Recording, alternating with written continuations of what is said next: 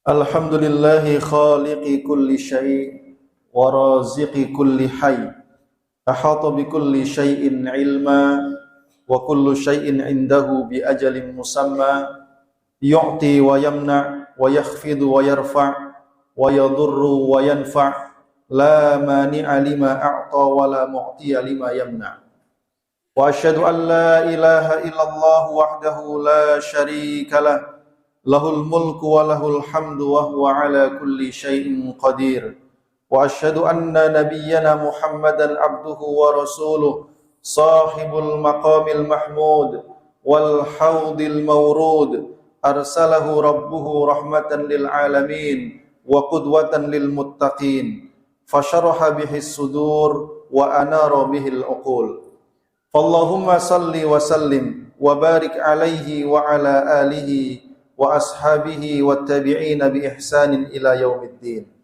Amma ba'du fa ya ibadallah usikum wa nafsi bi taqwallah faqad fazal muttaqun.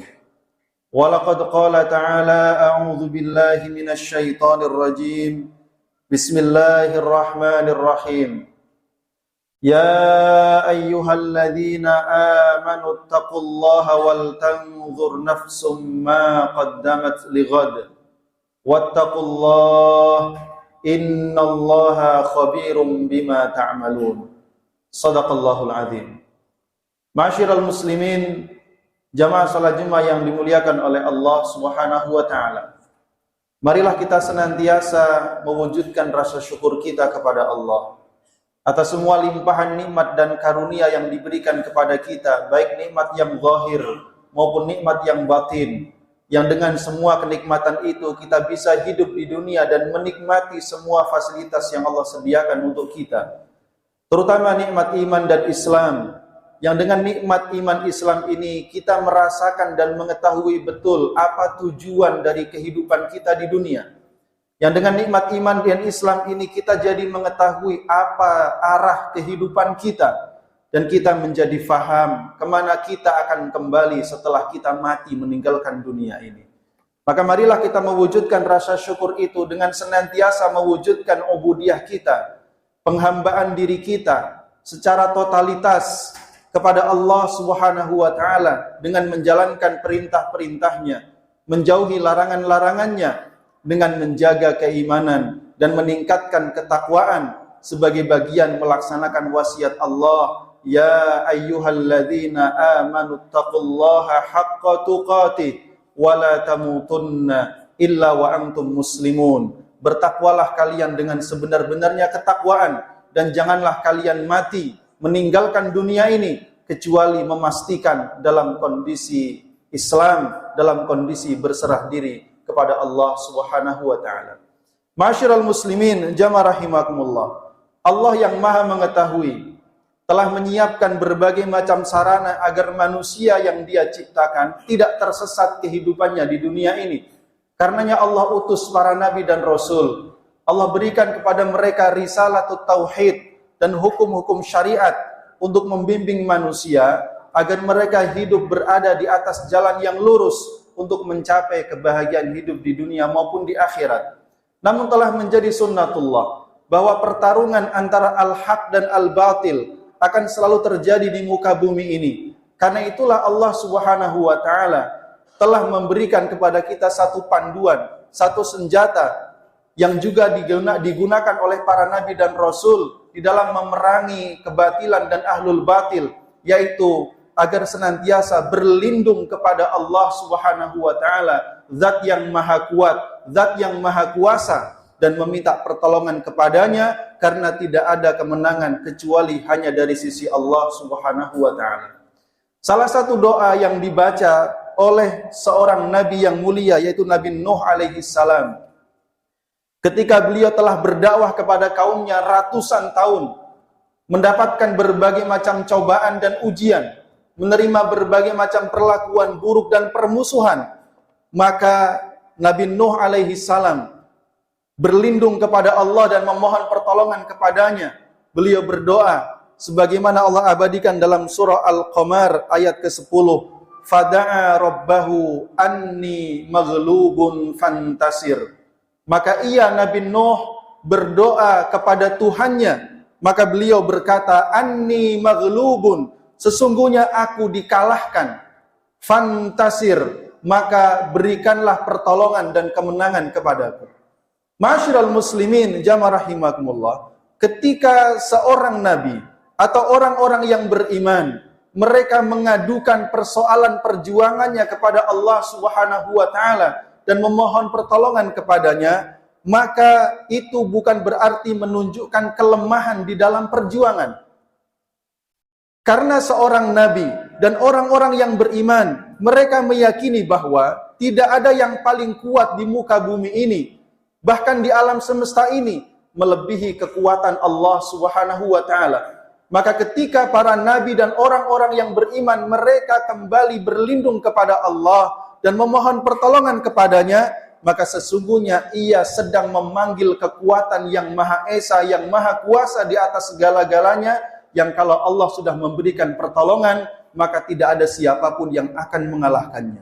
Karena itulah doa ini dengan ringkasnya ia mengajarkan kepada kita beberapa pelajaran yang sangat penting. Anni maghlubun fantasir. Sesungguhnya aku dikalahkan. Fantasir, maka berikanlah pertolongan kepadaku. Apa dimensi kekuatan di dalam doa yang singkat ini? Yang pertama, jamaah rahimakumullah, doa ini menunjukkan realisasi tauhid di dalam kehidupan orang-orang yang beriman.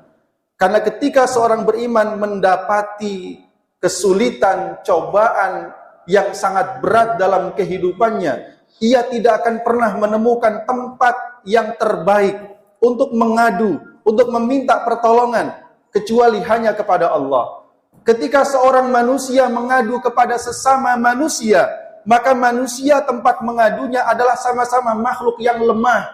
Kalaupun dia bisa memberikan pertolongan, pertolongannya hanya sebatas pertolongan dunia yang sangat mungkin dapat dikalahkan oleh manusia yang lain. Akan tetapi ketika ia berlindung dan meminta pertolongan kepada Allah Subhanahu wa taala, maka dia tidak mendapati tempat terbaik yang lebih kuat, yang lebih baik dan lebih cepat pertolongannya kecuali hanya Allah Subhanahu wa taala.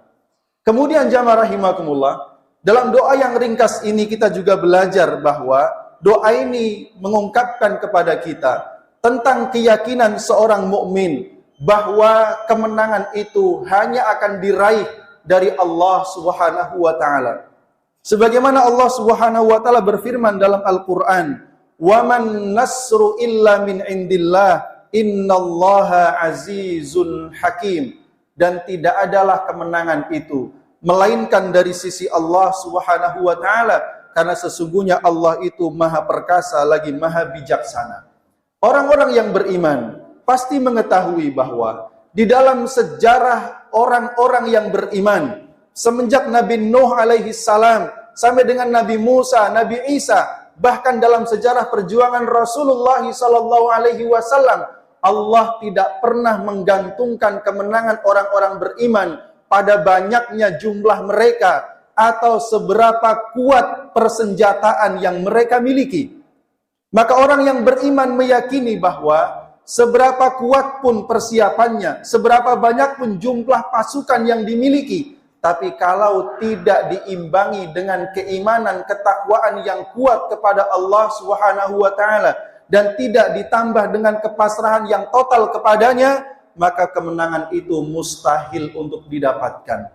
Karena itu dalam sebuah episode peperangan dalam sirah nabawiyah kita mengenal perang Hunain, di mana Allah Subhanahu wa taala mengingatkan orang-orang yang beriman. Dalam firman-Nya Allah mengatakan, "Laqad nasarakumullah fi mawatina katsirati wa yauma Hunainin id a'jabatkum kathratukum falam tughni ankum syai'a wa dhaqat 'alaikumul ardu bima rahubat tsumma wallaitum mudbirin." Kata Allah, sungguh Allah telah menolong kalian dalam banyak peristiwa peperangan. Lalu kemudian saat perang Hunain, kalian merasa takjub dengan besarnya jumlah kalian, dan ternyata itu tidak memberikan efek apapun kepada kalian, hingga bumi terasa berat, terasa sempit bagi kalian. Kemudian kalian berbalik ke belakang dan lari tunggang langgang. Allah ingin mengingatkan kepada kaum muslimin bahwa kemenangan sekali lagi tidak akan diraih dengan banyaknya kuantitas ataupun persenjataan yang banyak dan lengkap. Akan tetapi Allah ingatkan pula kepada kita, kemenangan itu diraih dengan kesabaran dan ketakwaan kepada Allah Subhanahu wa taala. Karenanya setelah pasukan Talut yang tinggal sedikit itu, pasukan sedikit yang taat kepada Allah Subhanahu wa taala, bersabar di atas perintahnya, bersabar di atas perjuangan, maka Allah pun memberikan pertolongan kepada mereka. Maka Allah pun kemudian mengatakan, kam min fi'atin qalilatin ghalabat fi'atan katsiratan biidznillah. Betapa banyak, betapa sering sekali jumlah yang sedikit mampu mengalahkan jumlah yang banyak atas izin daripada Allah Subhanahu wa taala. Wallahu ma'as sabirin, dan Allah akan senantiasa membersamai orang-orang yang bersabar.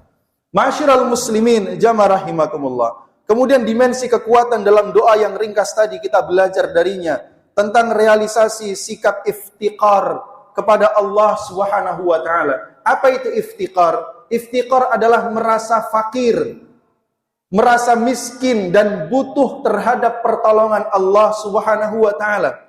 Karena sikap al-iftiqar ilallah, merasa butuh terhadap Allah, merupakan hakikat dan inti dari penghambaan diri kita kepada Allah.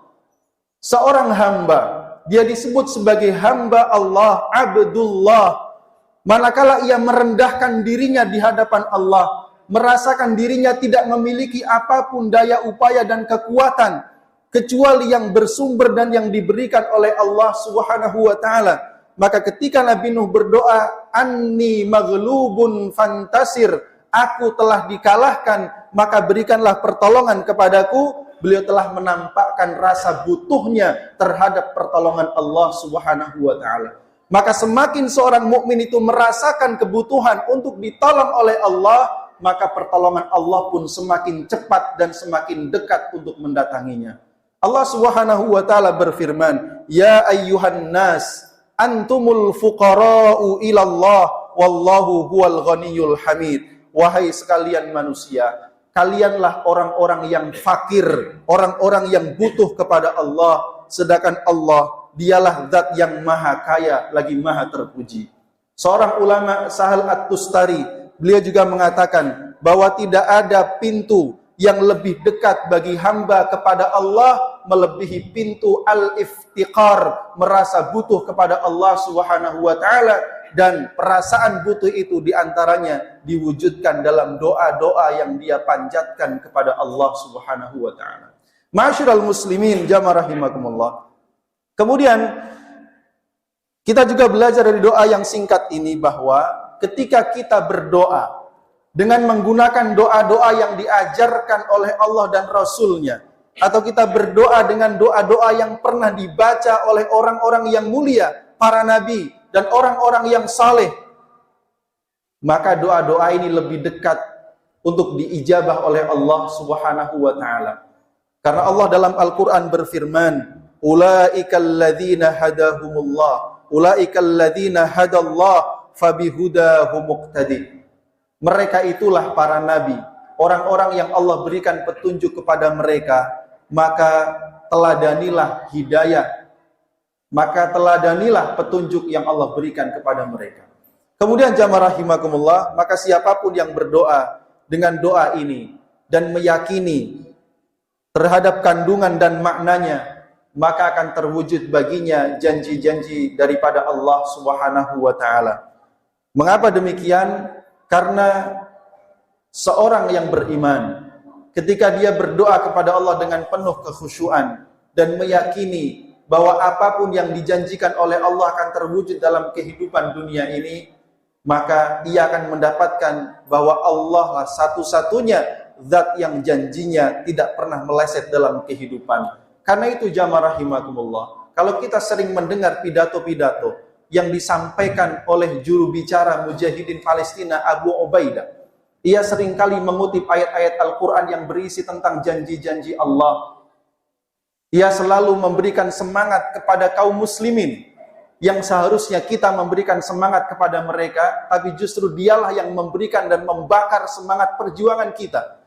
bahwa apapun yang telah mereka alami, rasa sakit apapun yang telah mereka rasakan, bahwa itu sama sekali tidak mematahkan perjuangan dan semangat mereka untuk menyongsong terwujudnya janji-janji Allah Subhanahu wa taala. Maka kita mendapati satu keyakinan di sana bahwa jamaah rahimakumullah, siapapun yang dengan tulus dia menghambakan diri kepada Allah, memohon pertolongan kepadanya, tidak juga kita sebagai orang-orang yang beriman, meskipun kita tidak mampu membantu mereka di garda terdepan, tapi ketahuilah ad-du'a'u silahul mu'min. Doa itu merupakan senjata orang yang beriman. Jangan remehkan doa-doa yang kita panjatkan untuk saudara-saudara kita di Gaza, Palestina. Saat ini mereka dalam kondisi terzalimi, maghlub, mereka seolah dikalahkan, tetapi keyakinan mereka atas pertolongan dan kemenangan dari Allah Subhanahu wa taala telah melampaui keyakinan siapapun di atas muka bumi ini. Maka mudah-mudahan dengan doa-doa kita tersebut, Allah Subhanahu wa taala juga memuliakan kita dengan kemenangan dan dengan kebaikan di dunia dan di akhirat insyaallah. Amin ya rabbal alamin. Barakallahu li wa lakum fil Qur'anil azim wa nafa'ani wa iyyakum bima fihi minal ayati wadh-dzikril hakim wa taqabbala minni wa minkum tilawatahu innahu huwal